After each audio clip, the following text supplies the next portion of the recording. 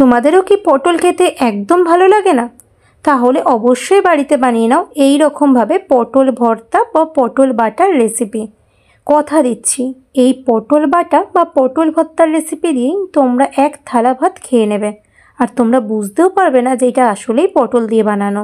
তো কিভাবে বানাবে সেটাই ভাবছো? তো দেখে নাও ঝটপট কিভাবে তোমরাও বাড়িতে বানাতে পারবে পটল বাটা বা পটল ভর্তার রেসিপি। প্রথমেই আমরা কয়েকটা বড় সাইজের পটল নিয়ে নিয়েছি।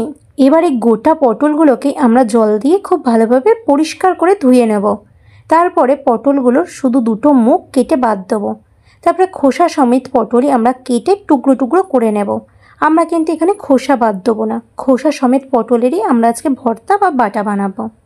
পটলগুলো ছোট ছোট টুকরো করে নেবার পর আমরা আবারও পরিষ্কার জল দিয়ে 2-3 বার ধুয়ে নেব। বেশ কিছুটা পরিমাণ সর্ষের তেল গরম করতে দেবো। সর্ষের তেল গরম হলে তার মধ্যে দেব ফোড়নে কালো জিরে এবং কাঁচা লঙ্কা। তারপর তাতে দেব টুকরো করে কেটে পরিষ্কারভাবে ধুয়ে রাখা খোসা সমেত পটল। এবার 2 থেকে 3 মিনিট গ্যাসের জোর বাড়িয়ে দিয়ে আমরা নাড়াচাড়া করে পটলটাকে হালকা ভেজে নেব। তারপর তাতে দেব পরিমাণ মতো নুন এবং হলুদ গুঁড়ো। আবারও 1 থেকে 2 মিনিট গ্যাসের জোর বাড়িয়ে দিয়ে আমরা কনস্ট্যান্টলি নাড়াচাড়া করে পটলটাকে ভেজে নেব। তারপরে পটলটা হালকা বাদামি হয়ে ভাজা হলে এবং পটলটা নরম হয়ে গেলে সেটাকে আমরা একটা পাত্রে তুলে নিয়ে বেশ কিছুক্ষণের জন্য ঠান্ডা করতে দেব। ভাজা পটলের টুকরোগুলো সম্পূর্ণ ঠান্ডা হয়ে গেলে সেগুলোকে একটা মিক্সিং জারে নিয়ে একটা মিহি পেস্ট বানিয়ে নেব। তারপরে সেই পটল ভাজা তেলেই বা তোমরা আবারও সর্ষের তেল গরম করে একটি কড়ায় তার মধ্যে দিয়ে দেবে থেতো করা রসুন বা রসুন কুচি, আর দেবো আমরা একটা শুকনো লঙ্কা ফোড়ন, আর দেবো কোচানো পেঁয়াজ। কোচানো পেঁয়াজটা হালকা বাদামি হলে তার মধ্যে আমরা দিয়ে দেবো আগে থেকে বেটে রাখা পটল।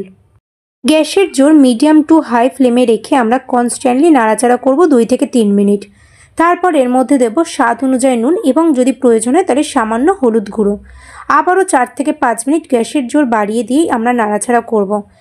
পটল বাটাটা থেকে তেল ছাড়তে শুরু করলে এবং পটল বাটার রঙটা সম্পূর্ণ চেঞ্জ হয়ে গেলে তার মধ্যে আমরা দেবো 2-4 দানা চিনি। তারপরে আবারও বেশ কিছুক্ষণ নাড়াচাড়া করে নামিয়ে আমরা পরিবেশন করব গরম ভাতের সাথে পটল বাটা বা পটল ভর্তা।